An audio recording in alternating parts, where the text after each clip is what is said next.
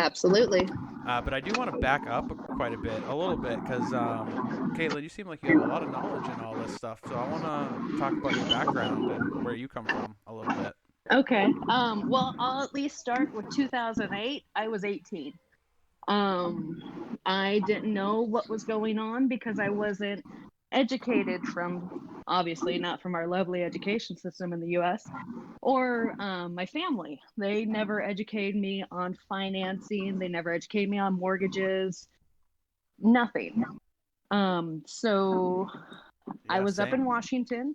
I was up in Washington State where I lived, and I was with my two younger brothers. Now I'm from the western side of Washington, and I have family on the eastern side. So we were visiting family in Spokane. And I was working at the time. I was able to get my paycheck early because I wouldn't have been able to receive it while I was away. And I kind of needed the money to come back because I was a broke ass 18-year-old. So my bank at that time was Washington Mutual, which we all know what happened to them. And so I go in and I go and cash my check. And it was right at the time when they started doing the we're going to make the most expensive pending charge go through first so that we automatically overdraft you and then you get dinged for that overdraft.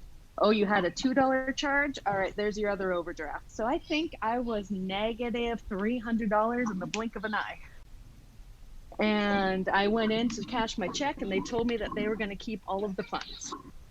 And Ouch. so I literally grabbed the check out of that teller's hand and ran out the door. Oh man, good And call. they were yelling at me to stop and everything. They were trying to get the security guard to stop. And thankfully, I left the car running because it's hot as hell in Spokane and the kids were in the Oh car. wow. And I took off. I took off. Wow. I was able to go to a grocery store, and some of the grocery stores over there, if you purchase something, you can cash a check at the cash or with the checkout people. Um, so I was able to do that and make my way back home because that was literally I wouldn't have been able to even put gas in to go travel 300 miles. Trying to physically Um, rob you even though they closed the doors like later that year. yes, yes, yes. Damn. Um, and so Well, look how desperate they were for money. Yeah. yeah, Yeah. I mean, and still then are these so people. like they kept trying to come after me, tell me I owed them that money, and at that point I'm like, hell no, I don't owe you anything. Like you guys did me so dirty. No. So I completely ignored Washington Mutual and then I watched it go under and I was like, cool, whatever. Chase has them now, like eventually that will go away. That I do know. I grew up with my mom having a bankruptcy. I kind of remember the process of that, so I knew eventually it would disappear. So I was like, whatever, I don't care. I'm writing that one off. Um, Now fast forward, I've I honestly have no background in real estate. I have no background in stocks. I have no background in banking. I've worked at a miniature putt-putt place. I've worked at FYE for your entertainment where I sold CDs. I've worked in casinos.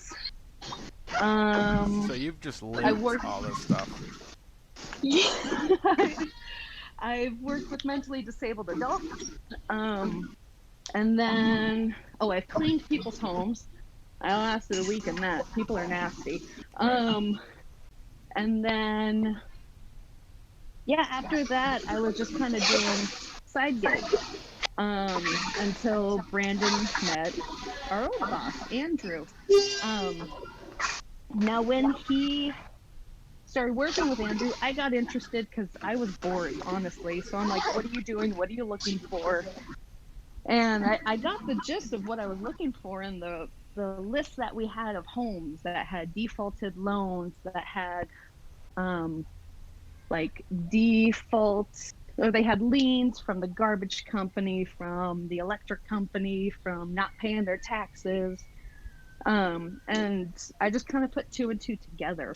And then that's how I was able to, I don't know, actually understand like what really happened in '08 and understand what I could do with that information that I know and how to obtain homes for literally like, I think one of them we signed over, we gave him $50 for him to just relinquish his rights to the home and give it to us, and then we went and sold it for 180,000. That's crazy. What a move. And it was literally because it was a Wells Fargo loan that was on that home. Chase wants nothing to do with it because Chase knows that they can't profit off of it, and they can't. There's it's literally out of their hands. So then you just go to the banks and you're like, look what I have. You can't have it. Release it, and they literally do because they don't want to deal with that shit. Nice. Nice. I think more people. Why aren't we educated on this stuff? Like early on. I Um, don't get it. I don't either. If I knew how to do my taxes or anything about stocks and real estate or anything, just it's a general knowledge. And if you know more, you can. I don't know. Like I feel it would benefit us as the consumers and them as the banks I if we agree. just knew what the hell was going on. Yeah, if we knew what was going on, right? Yeah, exactly. Yes, I totally how it all agree. works. Yeah. Now I'm just Um. finding out about a lot of this stuff like, 2 days ago now where I lived through the crappiest part of 2008, right? We had an Mhm. apartment. We lived there for 6 years. Um, and then the guy sold the house or lost the house, something like that. And then we had to Yeah. just leave.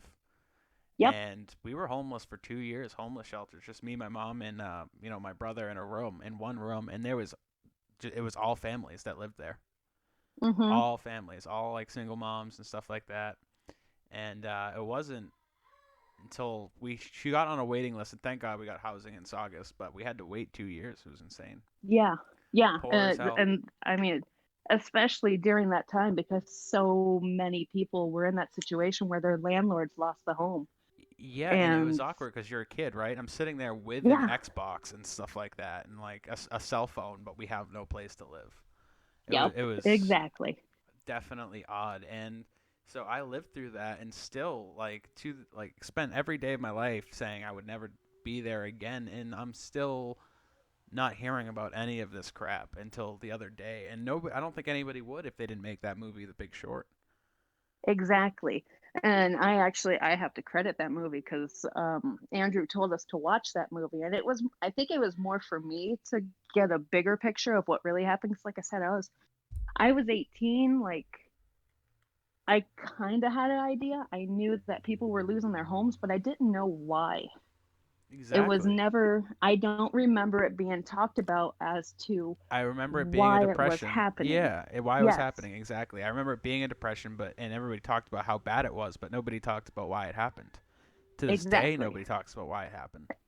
Exactly. And I will say because of the Big Short, like I finally understand it, and I'm more into stocks now. I pay attention. Like I do at least I check opening and I check closing, and I usually check what the banks are doing because it literally ultimately comes down to what's going on with the banks. Um, and just knowing how loans are, I guess, divvied up. You have your people with the great credit score, with the great track of paying on time and paying even more. They're your primo people. They are the ones who get the loans really quick, and they're the ones who literally support the rest of us people who either have a more difficult time, lower credit, whatever it is. Um, but then it switches in a way to where if the people all the way at the bottom, like me, for example, I have a terrible credit score and I had 6 credit cards in 6 months. Yeah, Seriously, that's crazy. like that should have never happened. And No. because of what I knew at that time, I was like, all right, I know what's going on. I know what's going to happen. And with that knowledge, I'm going to use this for our advantage. Um, yes. Yeah, and that's pretty crazy. I think my subconscious it was always kind of keeping up with it, but I never really knew, like when I first saw the app Acorns and that it was selling packages of penny stocks in China and stuff like that, that scared the Mm-hmm. absolute crap out of me. And I didn't know why Mm-hmm. or anything like that. I just knew that this was wrong and I needed to get the hell out of there.